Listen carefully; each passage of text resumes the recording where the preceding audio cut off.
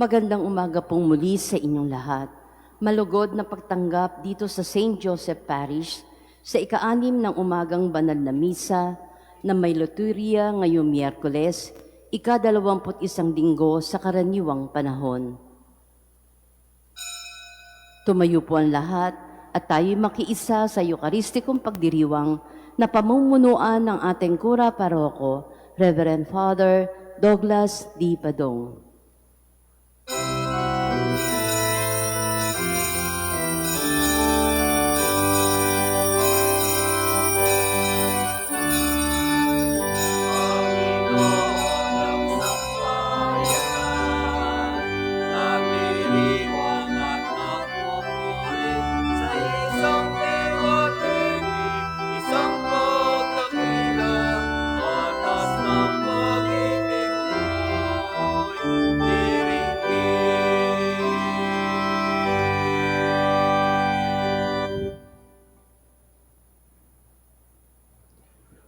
Sa ngalan ng Ama at ng Anak at ng Espiritu Santo. Amen.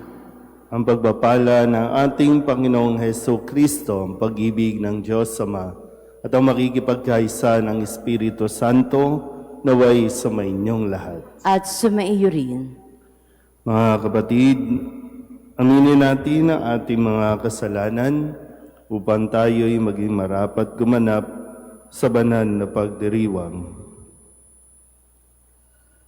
Inaamin ko sa mga pangyarihang Diyos at sa inyo mga kapatid na lubha akong nagkasala sa isip, sa salita at sa gawa at sa aking pagkukulang. Kaya isinasamo ko sa mahal na Birheng Maria, sa lahat ng mga anghel at mga banal, at sa inyo mga kapatid na ako'y panalangin sa Panginoong ating Diyos. Kaawaan tayo na makapangyarihang Diyos, patawarin tayo sa ating mga kasalanan at patnubayan tayo sa buhay na walang hanggan. Amen. Panginoon, kaawaan mo kami. Panginoon, kaawaan mo kami. Kristo, kaawaan mo kami. Kristo, kaawaan mo kami. Panginoon, kaawaan mo kami. Panginoon, kaawaan mo kami. Manalangin tayo. Ama naming makapangyarihan, ginagawa mong kami magkaisa ng kalooban. Ipagkaloob mong ang iyong mga utos ay aming mahalin. Ang iyong mga pangako ay hangarin naming tanggapin. Upang sa anumang pagbabago sa paligid namin, manatiling matatag ang aming loobin sa tunay na kasiyahang matatagpuan sa iyong piling sa pamamagitan ni Hesus Kristo, kasama ng Espiritu Santo, magpasawalang hanggan. Amen.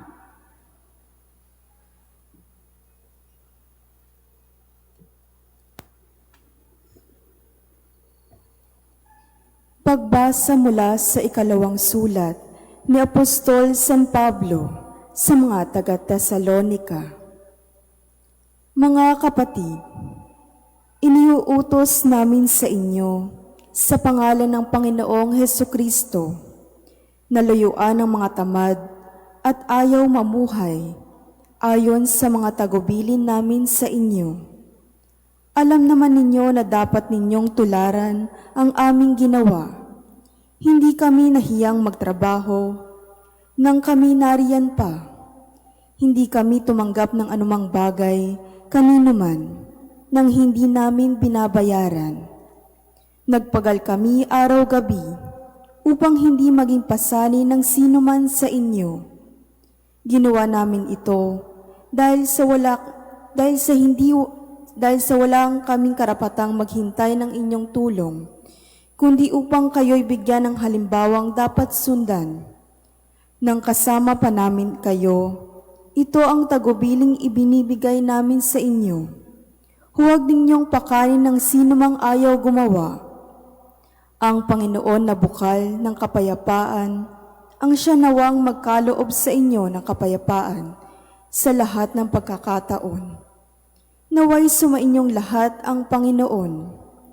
Akong si Pablo, ang sumulat ng pagbating ito. Binabati ko kayo Ito ang aking lagda sa lahat ng sulat ko. Ganito ako sumulat.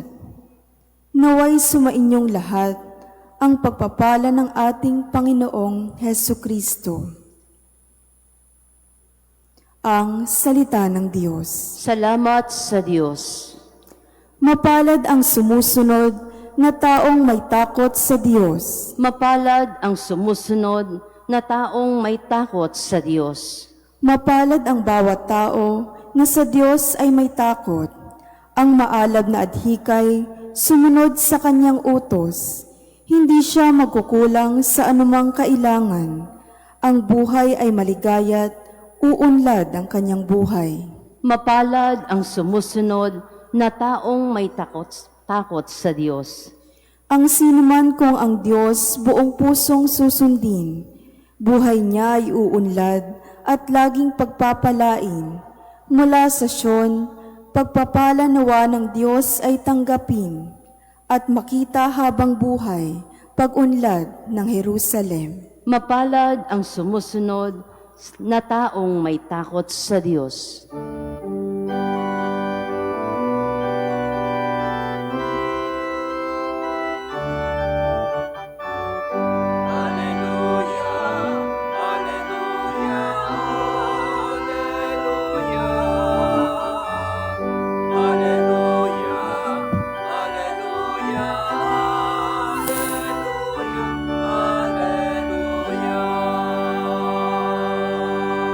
Lubos na magtatamasa ng pag-ibig ng Diyos Ama ang sumunod sa anak niya.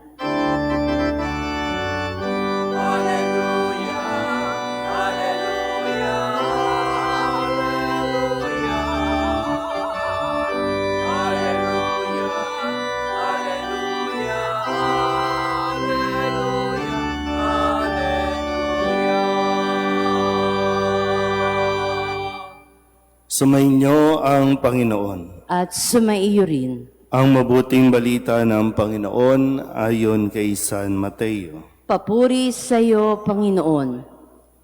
Noong panahong iyon, sinabi ni Jesus, "Sa aba ninyo, mga iskriba at mga pariseyo, mga mapagpaimbabaw, ang katulad ninyo'y mga libingang pinaputi, magaganda sa labas, ngunit sa loob ay puno ng kabulukan at buto ng mga patay. Ganyan-ganyan kayo. Sa paningin ng tao'y mabubuti kayo, ngunit ang totoo, punong-puno kayo ng pagpapaimbabaw at kasamaan. Sa aba ninyo, mga iskriba at mga pariseyo, mga mapagpaimbabaw, ipinagtatayo ninyo ng mga libingan ang mga propeta at ginagayakan ang mga puntod ng mga taong namuhay ng matuwid. At sinasabi ninyo, kung kami sana'y nabuhay sa kapanahunan ng aming mga ninuno, hindi namin ipapapatay ang mga propeta. Sa sinabi ninyong iyan, inaamin ninyong kayo'y mga anak ng mga nagpapatay sa mga propeta. Sige, tapusin ninyo ang pinasimulan ng inyong mga ninuno." Ang mabuting balita ng Panginoon. Pinupuri ka namin, Panginoong Hesu Kristo. Muli po isang magandang umaga sa inyong lahat.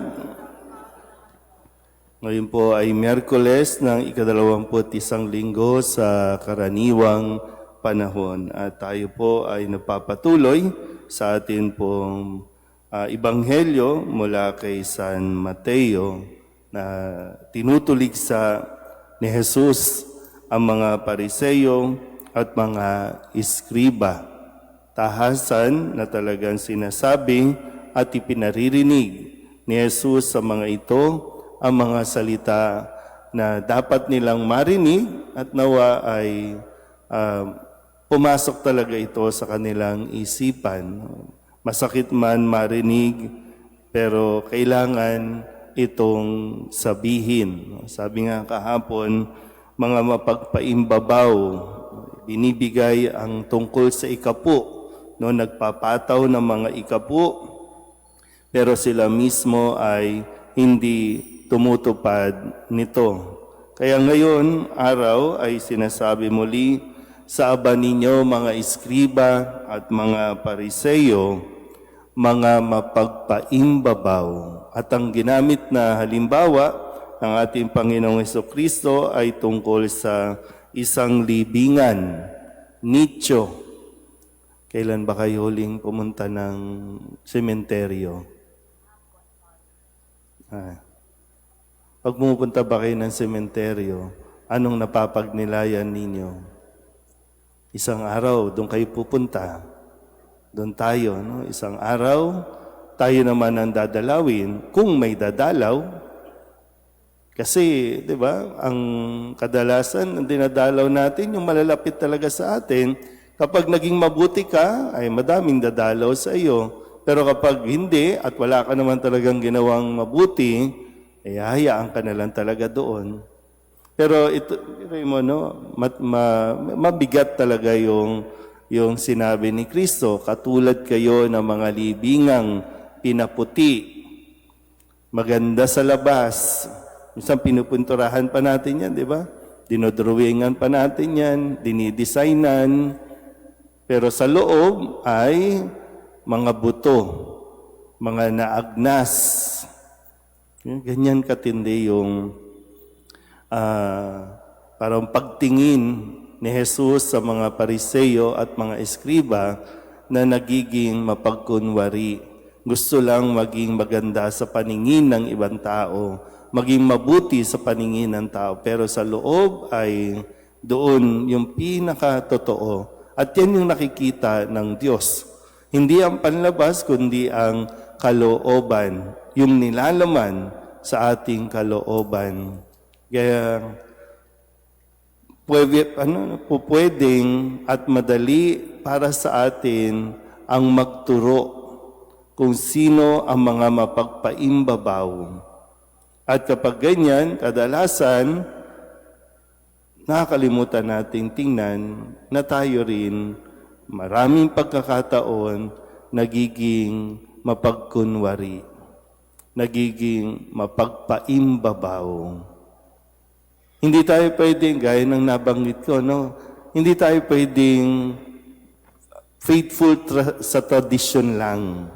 Tapat tayo sa tradisyon natin ng pagsisimba, pagdarasal, pagnonobinaryo, maghapong pagtambay sa simbahan. Kasi ang hinihingi o hinihiling sa atin na sa kabila ng lahat ng ito, nagiging mabuting tao tayo. At yun nga po, no? Magandang mapagnilayan na ano ba ang nangyayari sa akin. Minsan yung pagiging religious, yan yung pag sinasabi natin, relihiyoso ako, diyan tayo bumabagsak. Diyan tayo mas nagiging masama. Sa pagiging masyadong relihiyoso natin, wala na tayong ibang nakikita sa ating kapwa kundi ang kasamaan nila, ang kapangitan ng ugali nila, at ang tayo, hindi ako katulad nila. Parang inaangat na natin ang ating mga sarili na malapit tayo sa Diyos Malapit ako sa Diyos. Araw-araw ako nagsisimba. Araw-araw ako nagmimisa. Pero hindi nila nalalaman at nakikita sino ka pagkatapos ng misa. Ano ka at anong ginagawa mo pag wala ng ibang tao, pag wala nakakakita o nakakakilala sa iyo. Sabihin niyo nga po, mapagpaimbabaw. Mamaya, no? Sana tingnan natin, marap tayo sa salamin. At anong mararamdaman natin kapag sinabi ito sa mukha natin, mapagpaimbabaw. Hindi naman to basta sinabi lang para tayo husgahan ng Diyos. Sinasabi ito para magising tayo kung sakasakaling nagkakaroon tayo ng dalawang pagkatao. Mabuti sa labas, pero pangit sa loob. At yung kagustuhan nating maging maganda sa paningin ng tao, pero masama na sa paningin ng Diyos. Amen.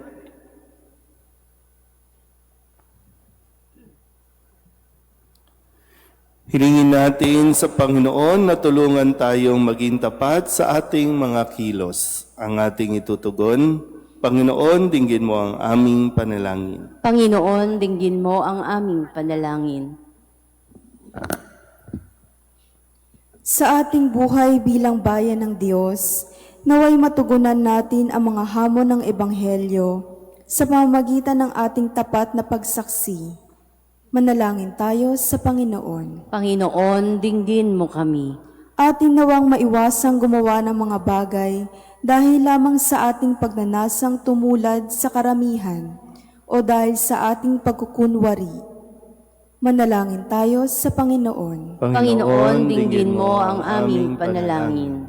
Ang mga nawalan ng pag-asa dahil sa ating masamang pakikitungo at pag-uugali, naway manumbalik sa pagsamba sa Diyos sa pamamagitan ng ating pagbabagong buhay. Manalangin tayo sa Panginoon. Panginoon, dinggin mo ang aming panalangin. Ang mga may sakit, naway makita ang mapagpagaling na kamay ng Diyos sa kanilang mga dinaranas na mga pagsubok at paghihirap. Manalangin tayo sa Panginoon. Panginoon, dinggin mo ang aming panalangin. Upang mamayani ang kapayapaan sa gitnang silangan at sa buong mundo, at ipag-adya nawa ang sangkatauhan sa karahasan, kasakiman, at pang-aabuso ng kapangyarihan na nagdudulot ng paghihirap at kamatayan sa marami. Manalangin tayo sa Panginoon. Panginoon, dinggin mo ang aming panalangin. Upang ang lahat ng mga nagdurusa dahil sa kalupitan ng digmaan ay daglian ng makaranas ng kapayapaan at mabuhay ng may kapanatagan at kalayaan. Manalangin tayo sa Panginoon. Panginoon, dinggin mo ang aming panalangin. Ang mga yumao sa buhay na ito, naway tanggapin ang walang hanggang kaluwalhatian. Manalangin tayo sa Panginoon. Panginoon, dinggin mo ang aming panalangin. Idulog din natin sa Panginoon ang ating mga personal na kahilingan at mga panalangin para sa ating mga pamilya, kasama din ang mga kahilingan ng mga nanonood sa online. Lahat ng mga misang pasasalamat, special na intensyon, agarang paggaling ng mga may sakit, at ang lahat ng mga kaluluwa na inihiling na ipagdasal sa misang ito.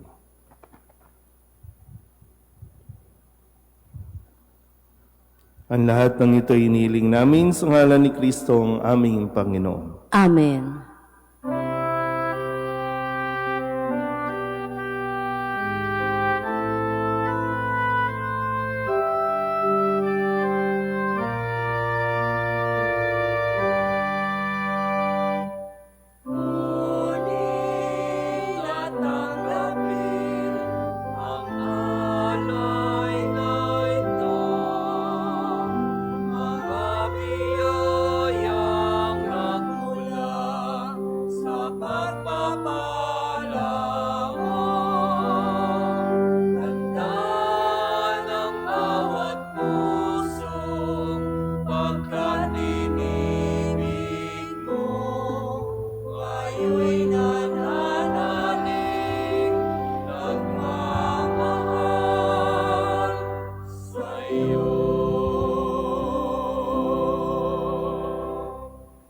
Manalangin kayo mga kapatid upang paghahain natin ay kalugdan ng Diyos Amang makapangyarihan. Tanggapin nawa ng Panginoon itong paghahain sa iyong mga kamay, sa kapurihan niya at karangalan, sa ating kapakinabangan at sa buong sambayanan niyang banal.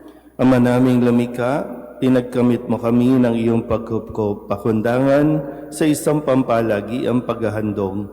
Kaya't sa iyong sambayanan ay iyong ipagkaloob ang pagkakaisa at kapayapaang nagbubuklod, bunga ng aming mga alay na iyong ikinalulugod sa pamamagitan ni Jesucristo kasama ng Espiritu Santo magpasawalang hanggan. Amen. Sumainyo ang Panginoon. At sumaiyo rin. Itaas sa Diyos ang inyong puso at diwa. Itinaas na namin sa Panginoon. Pasalamatan natin ang Panginoong ating Diyos. Marapat na siya ay pasalamatan.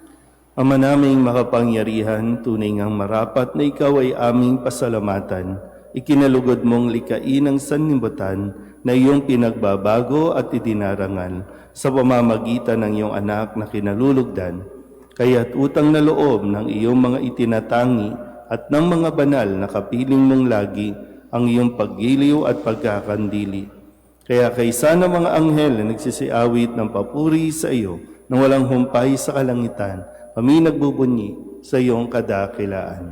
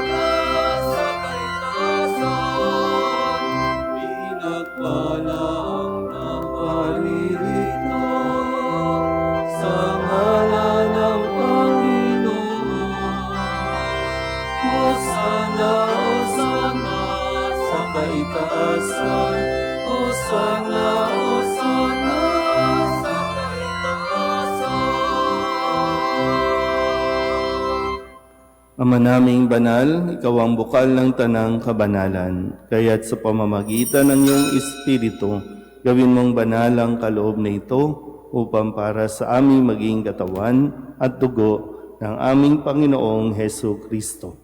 Bago niya pinagtiis ang kusang loob na maging handog, hinawakan niya ang tinapay, inasalamatan kaniya, pinaghati-hati niya iyon, iniabot sa kanyang mga alagad at sinabing,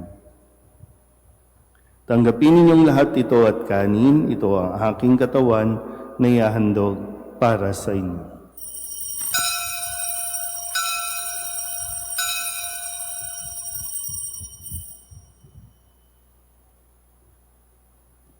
Gayun din naman nung matapos ang hapunan, nawakan niya ang kalis, muli kaniyang pinasalamatan, iniabot niya ang kalis sa kanyang mga alagad at sinabi,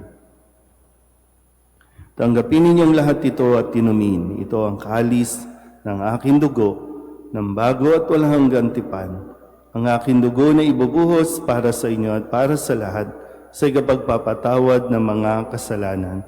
Gawin ninyo ito sa pag-alaala sa akin.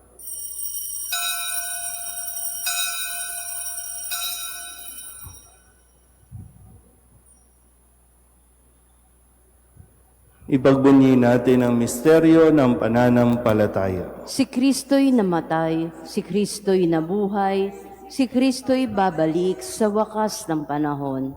Ama, ginagawa namin ngayon ang pag-alaala sa pagkamatay at muling pagkabuhay ng iyong anak. Kaya tiniaalay namin sa iyo ang tinapay na nagbibigay buhay at ang kalis na nagkakaloob ng kaligtasan.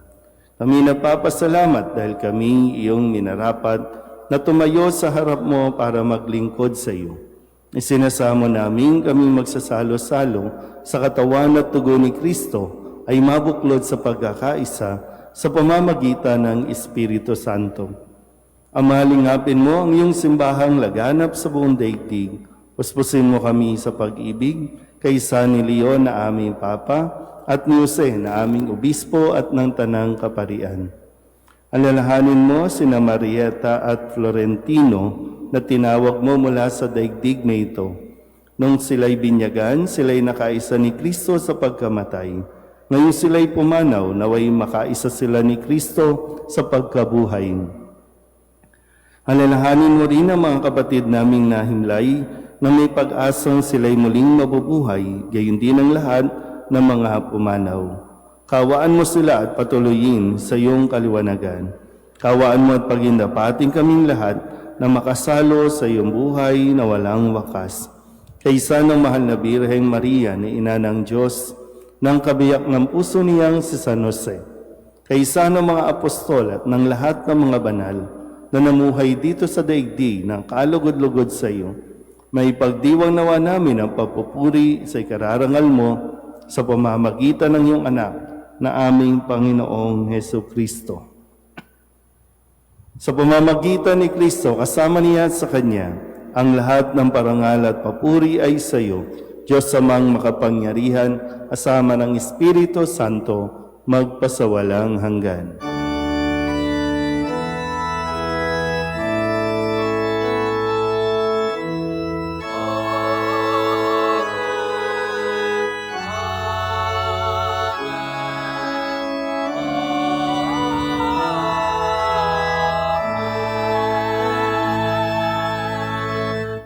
Sa tagubilin naman nakagagaling na utos at turo ni Jesus sa Panginoon natin at Diyos, ipahayag natin ang lakas loob.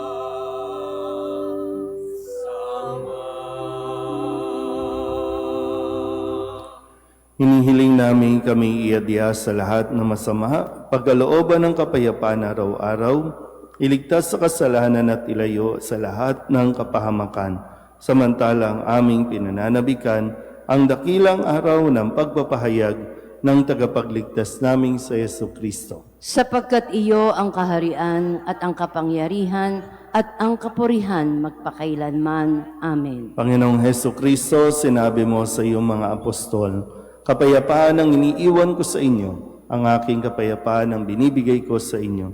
Tunghayan mo ang aming pananampalataya at huwag ang aming mga pagkakasala.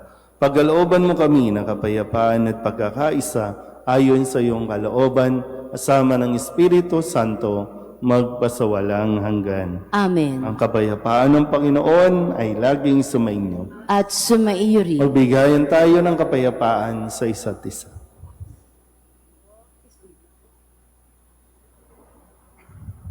Kordero ng Diyos na nag-aalis ng mga kasalanan ng sanlibutan, maawa ka sa amin. Kordero ng Diyos na nag-aalis ng mga kasalanan ng sanlibutan, maawa ka sa amin. Kordero ng Diyos na nag-aalis ng mga kasalanan ng sanlibutan, ipagkaloob mo sa amin ang kapayapaan. Ito ang kordero ng Diyos. Ito ang nag-aalis ng kasalanan ng sanlibutan. Mapalad ang mga inaanyayahan sa kanyang piging. Panginoon, hindi ako karapat-dapat na magpatuloy sa iyo, ngunit sa isang salita mo lamang ay gagaling na ako.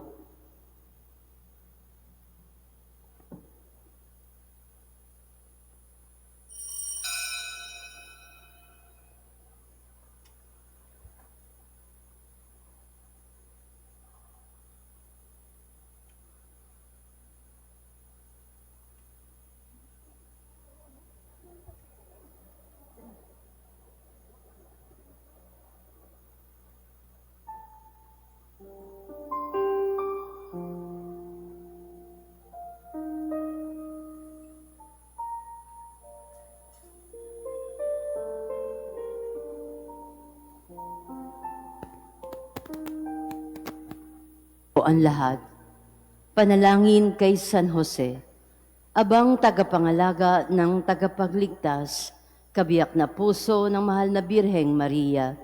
Sa iyo ay pinagkatiwala ng Diyos ang kaisa-isa niyang anak. Sa iyo nagtiwala si Maria. Sa piling mo si Kristo'y naging tao. Maging ama ka rin sa amin, pinagpalang Jose, at gabayan mo kami sa landas ng buhay. Ihingi mo kami ng biyaya, awa at tapang, at ipagtanggol kami sa lahat ng masama. Amen. Magsitayo na po ang lahat.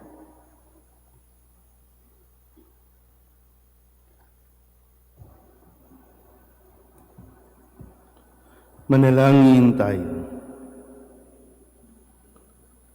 Ama naming mapagmahal, lubusin mo sa amin ang kagalingang bigay ng iyong pag-ibig na ngayoy ipinagdiriwang at kami naway magkaroon ng ganap na kaunlaran upang sa lahat ng aming pinagkakaabalahan, ikaw ay aming mabigyang kasiyahan sa pamamagitan ni Jesucristo kasama ng Espiritu Santo magpasawalang hanggan. Amen. Sumainyo ang Panginoon. At sumaiyo rin. At pagpalain kayo ng makapangyarihang Diyos, Ama at Anak, at Espiritu Santo. Amen. Tapos ang banal na misa, humayo tayo sa kapayapaan ni Kristo. Salamat sa Diyos. Magandang umaga po.